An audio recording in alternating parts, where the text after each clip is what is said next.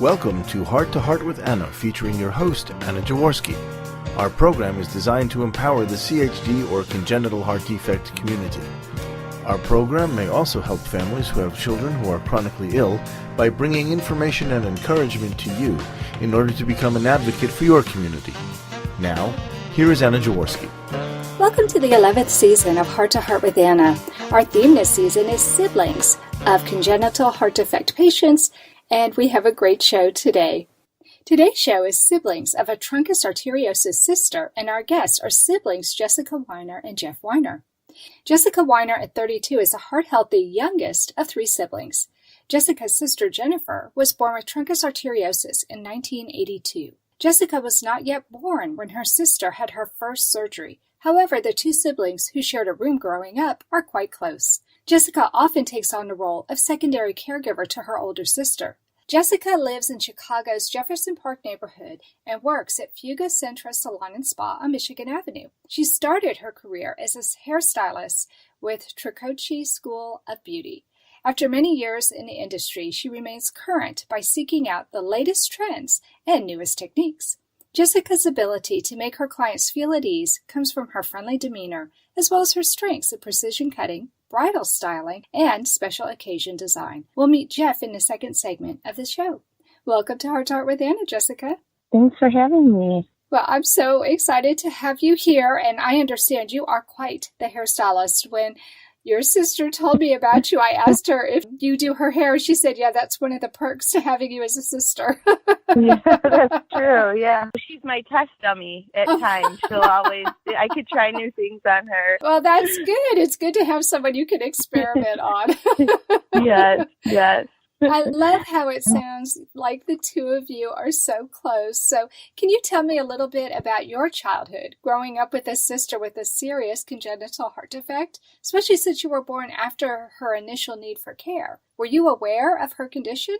You know what? I really totally wasn't aware of what exactly was wrong with Jenny. I knew something had happened before I was born, but to my knowledge at the time, she was fine. And she maybe needed to go see doctors here and there. And somehow I knew she was a little extra special, a little more cared for. People worried about her more. I worried about her more, even being her younger sister. But I really didn't know the whole story of what went on. But I knew I felt the way I felt. And it's how it was, in our household. Now, and what is the age difference between the two of you? 3 years. Well, Jennifer had surgery again once you were both in high school. Can you tell us about that time? We were both teenagers. I was in high school too. To be brutally honest, a teenager is not very aware of what's going on in their outside life. I remember she needed surgery. I remember going to the hospital the day she had it and visiting her the next couple weeks. But for some reason, it didn't seem like as big of a deal as it really is compared to now when I go into surgeries with her that are way less invasive than an open heart surgery. I'm a nervous wreck, But then at the time, really I never grasped the gravity of what was going on. Well, and I think that's typical, don't you? Yeah, I hope so. I hope I'm not just a selfish teenager. I don't think you're a selfish kid. Not from the way your sister talks about you. She has such glowing praise for you. I just think that your parents didn't do anything to unduly scare you.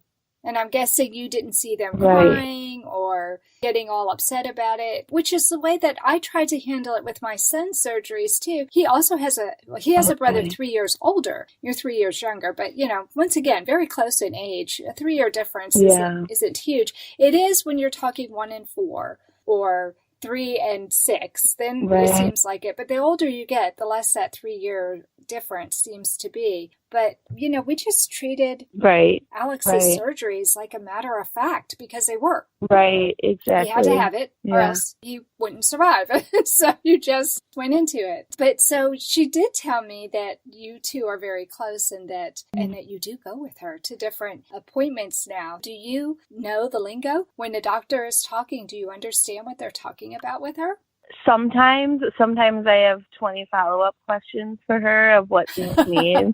Even still now, when she abbreviates everything, I'm like, take it back a step, like explain that.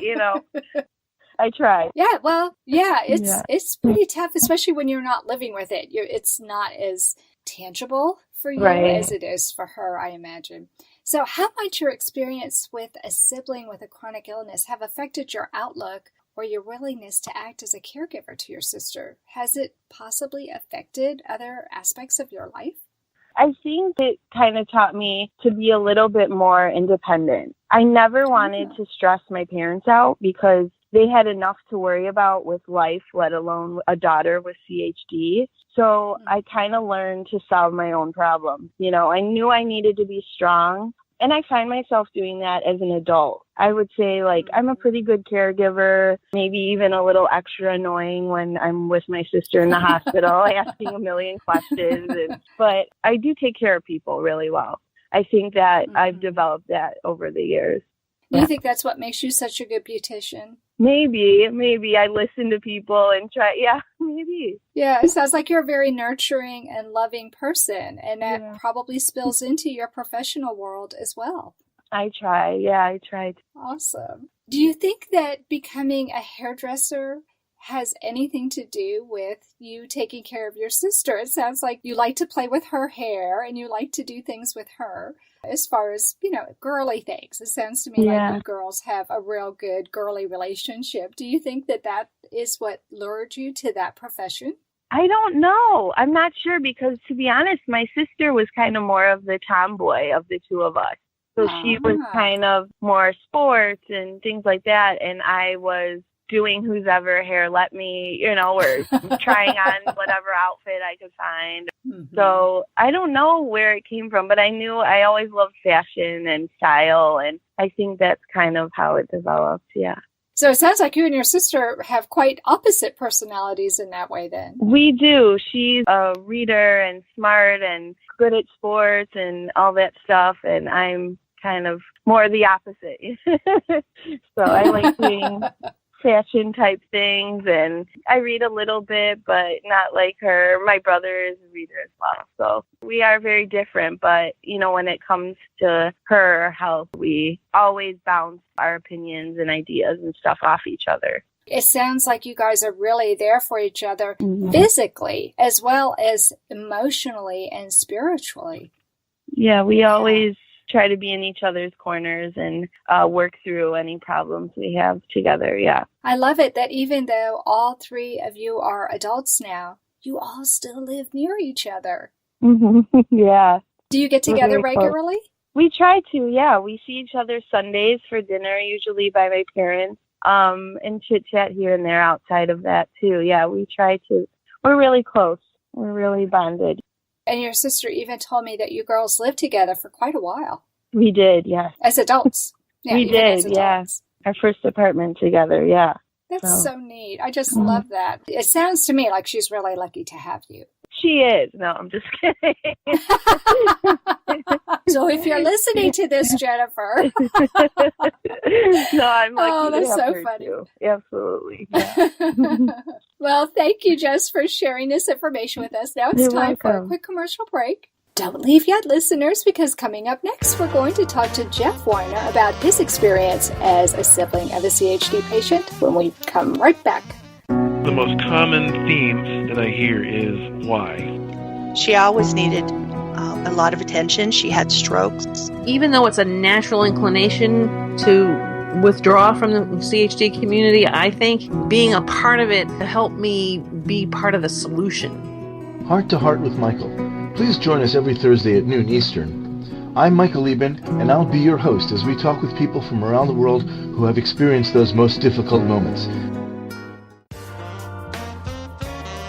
You are listening to Heart with Anna. If you have a question or comment that you would like addressed on our show, please send an email to Anna Jaworski at anna@hearttoheartwithanna.com. That's anna@hearttoheartwithanna.com. Now, back to Heart with Anna. Welcome back to our show, Heart to Heart with Anna, a show for the congenital heart defect community. Today's show is siblings of a Truncus Arteriosus sister.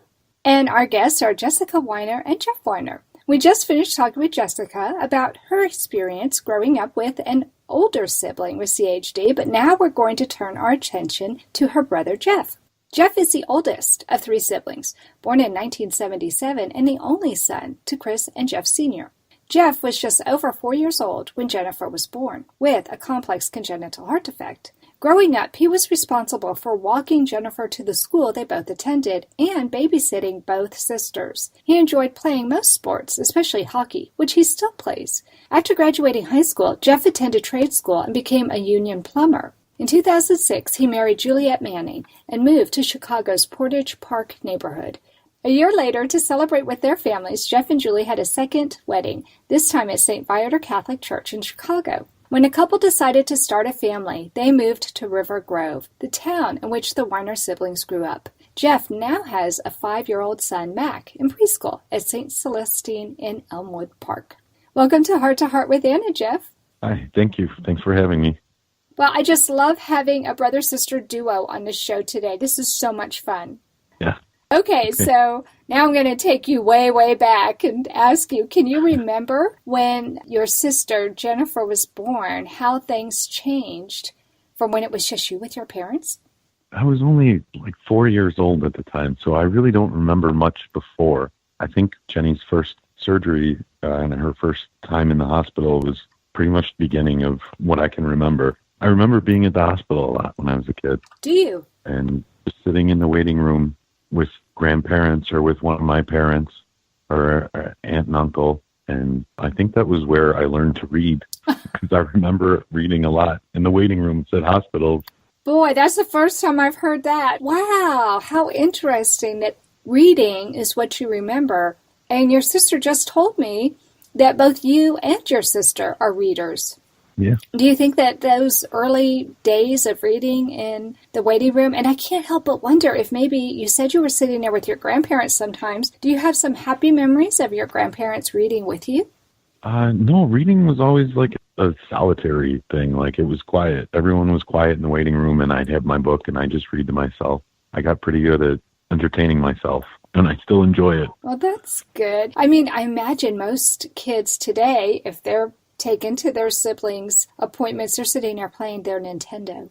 Yeah. But back in the 70s... I would probably be doing that too when I'm in the waiting room now. Yeah. So, I'm sorry, what year were you born? 1977.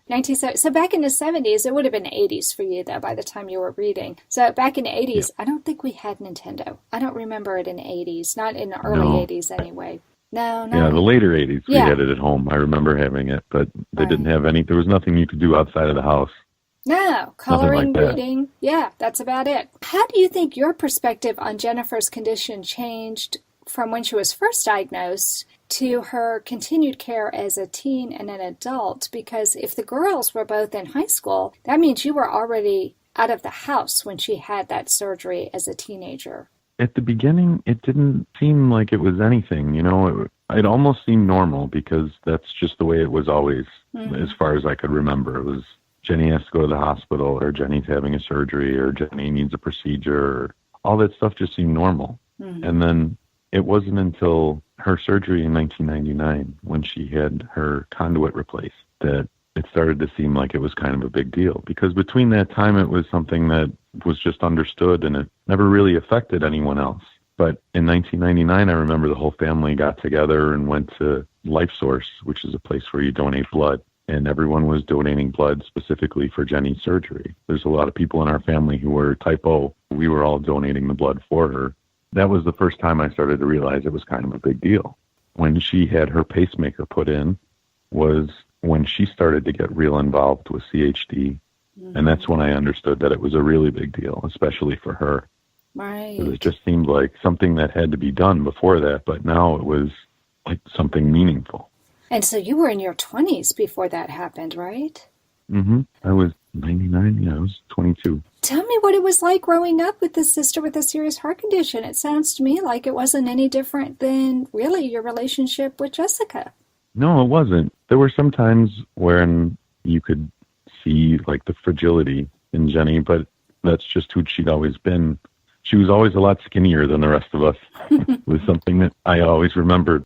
The one thing that stuck in my mind about her condition was I remembered once when I was young, we were in our old house, and my mom and dad had a machine they used to clean out her trachea when she had a trach tube. I remember she had a metal tube that was on like a cloth string that was tied around her neck. And I remember my mom cleaning it out one day, and it was really sad. Even at the time, I don't even remember how old I was, but it really bothered me. Yeah. And that was the only thing that really bothered me about it, was that happening. And now thinking back on it, like with my kid, thinking about having to go through that with my kid. Yeah. Is really difficult. Yeah, I bet it seems really different to you now that you're a father yourself. Yes. And looking back, it probably seems almost surreal. Yeah. Really hard to imagine having to do that. Yeah. Probably gives you a whole new appreciation for your parents. Oh, yeah. It sounds like they did such a good job of providing a normal environment for you and Jessica and Jennifer. Doesn't sound like they made a huge big deal about it, and they just allowed you all to develop as normal a relationship as you could have. Oh, yeah. Everything her condition required was just something that had to be done, like cleaning your room or doing your homework. It wasn't anything special. It was just the way things were. Since Jennifer was so tiny compared to the rest of the family, did you feel that you had to treat her differently, like be more gentle with her? Not so much gentle with her. I mean, we used to joke around with her about it. We'd tell her she was adopted. I love it. That is so what siblings do. Yeah. We tried to use a lot of humor. Uh-huh. It was all good. It wasn't like we were treating her with kid gloves or anything. Jenny likes to blame me for breaking her leg. I don't know. I'm sure she told you the story, actually. No, she hasn't, so you can tell us. When I was a little kid and I was laying on the floor one day coloring in a coloring book, and I had crayons and markers laying around, and Jenny was doing whatever kids her age do, running around, and she ran past me and rolled on one of the crayons and fell down and broke her leg. She always blames me now for breaking her leg. I handled her kind of roughly, I guess. No, that sounds like a complete accident. It's not like you pushed her out of a treehouse or anything. Right. I love how it sounds like the three of you just had a normal, rough and tumble relationship without being unduly stressed. I hope your parents are listening to this, because that is what we dream of, or at least that's what I dreamed of with my children, is that when you're told that your child has a life-threatening condition, you crave normalcy. You just want everything to go back to normal as quickly as possible. I know I worried for Joey, for my heart-healthy child. What was it going to be like, him being raised with a brother who could possibly pass away? And I just wondered, how could I make things as normal as possible? And it sounds like your parents did a beautiful job of it. Yeah, we never even knew it was that serious. It was just something that happened and something that continued happening, and that was it. I love it. Well, thank you, Jeff, for sharing that information. We need to take a quick break, but don't leave yet, listeners, because when we come back, we're going to talk to Jessica and Jeff about what advice they have for other siblings and the parents facing a situation similar to theirs. We'll be right back after this quick break. When I saw so many of these CHG groups growing, I found family just ready to join me. Anyone who is a member of the adult congenital heart defect community can be a guest on our show. We have a great year planned, and we look forward to sharing other interesting topics. Heart to Heart with Nicole and David, serving the ACHD community, Wednesdays at noon Eastern.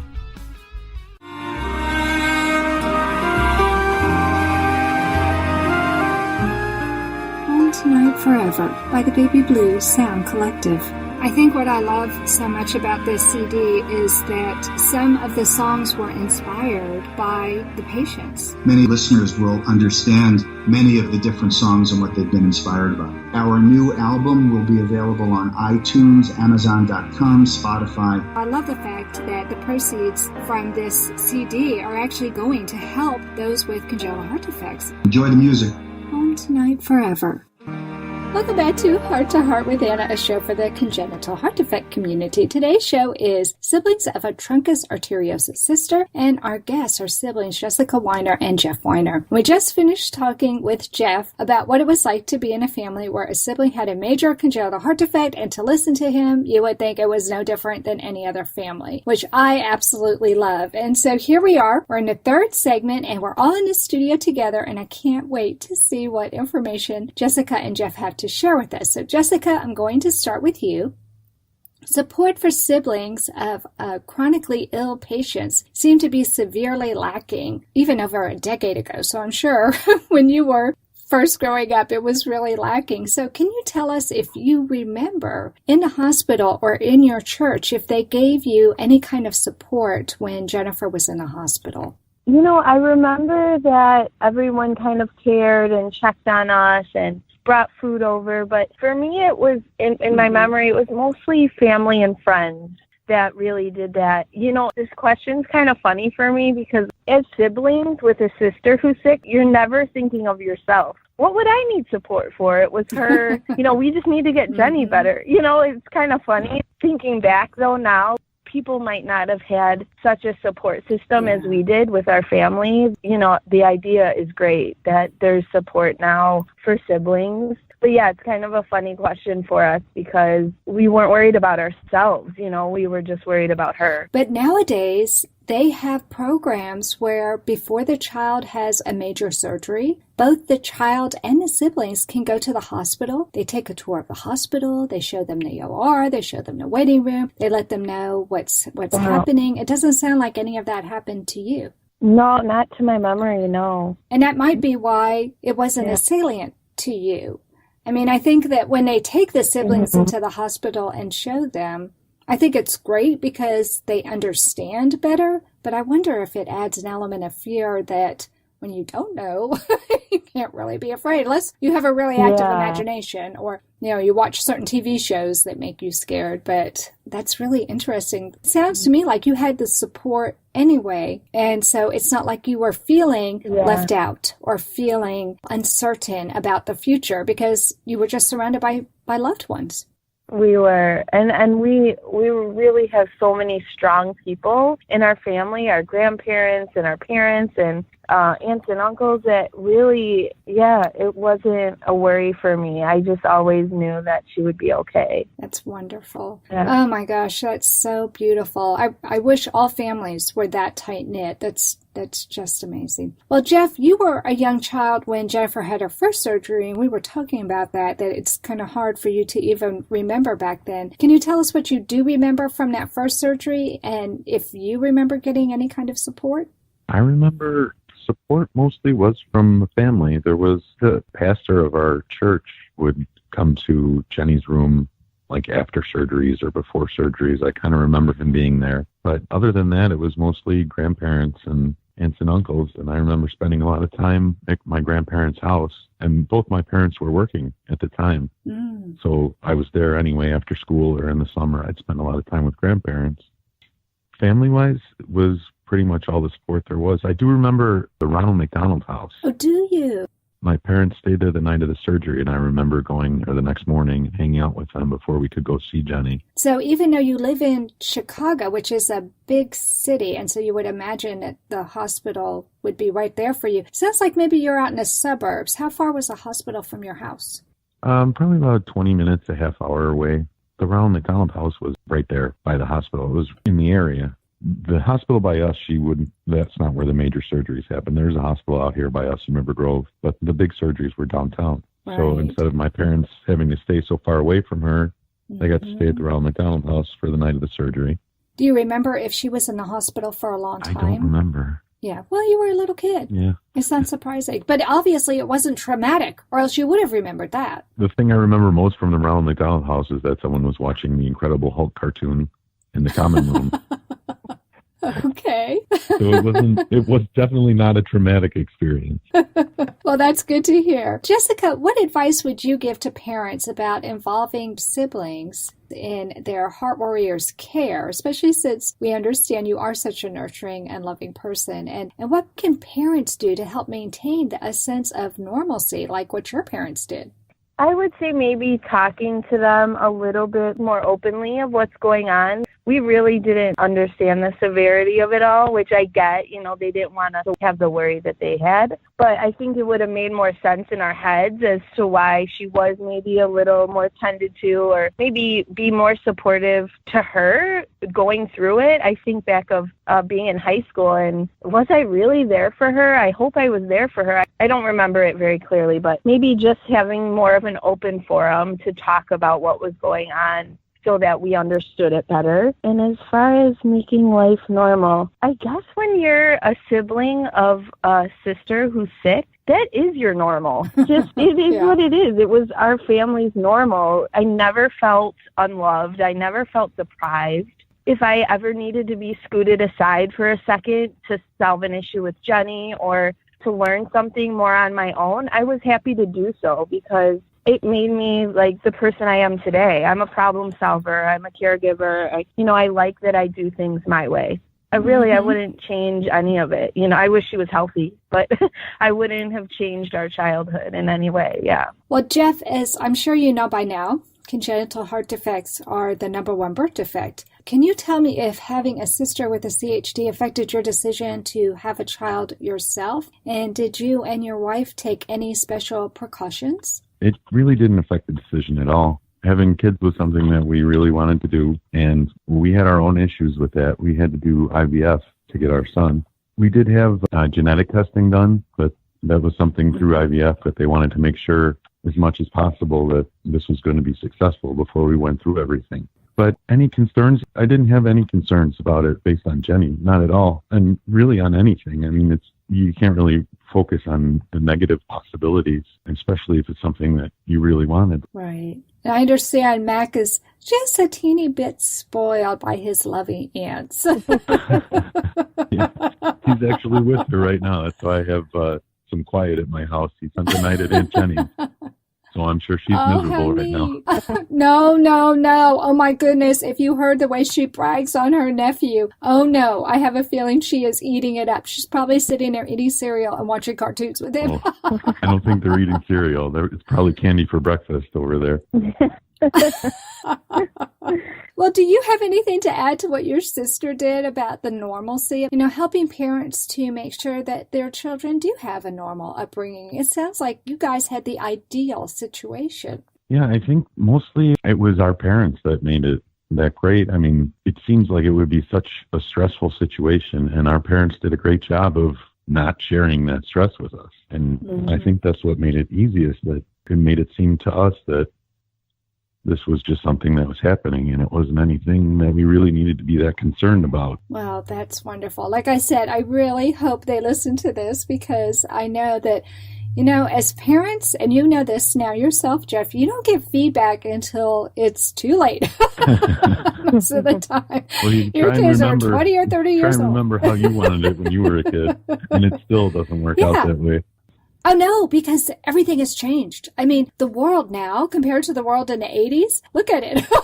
Yeah. It is so different. There's no way you could raise your child. I mean, unless you lived on an island or something, maybe. It would be hard to go back just with the internet and cable the way it is, and television shows and movies and stuff. It's a very different world than the world that you grew up in, don't you think? Oh, yeah. It sounds like you're doing a loving job, and that your sisters are also very loving, and you're in the same neighborhood, so I imagine grandparents dote on him as well. Yeah, especially since he's the only grandchild, right? Right. Do you have great-grandparents or does he have great-grandparents still alive? No, not anymore. He was around for Grandma Glore, our mother's mom. She was the only one left when he was born. Well, I'm glad she got a chance to see him, because it sounds like it's such a loving family. And I know, being a mother myself, that it's seeing those babies and grandbabies and then great-grandbabies come into the family that makes you just have a heart that is overflowing with love. And it sounds to me like that describes your family perfectly. Well, I just cannot thank the two of you enough for coming on the show today. I hope every show in season 11 is as wonderful as this. Thank you. Thank you. Yeah, thank you for having us. Jenny wasn't sure that she could get both of you to agree to do this. So I'm really glad that you both said that you would come on. Your very first podcast. You guys have been terrific. Thanks. Thank you. Well, that does conclude this episode of Heart to Heart with Anna. Thanks for listening today. Please come back next week on Tuesday at noon Eastern Time. Until then, please find us and like us on iTunes.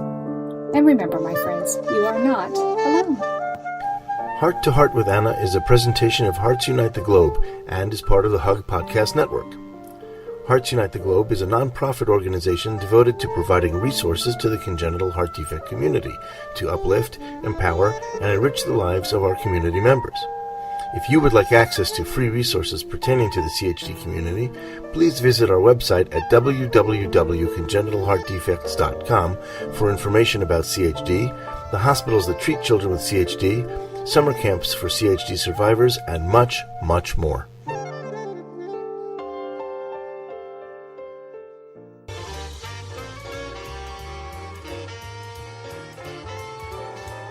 Thank you again for joining us this week. We hope you have been inspired and empowered to become an advocate for the congenital heart defect community. Heart to Heart with Anna, with your host Anna Jaworski, can be heard every Tuesday at 12 noon Eastern Time.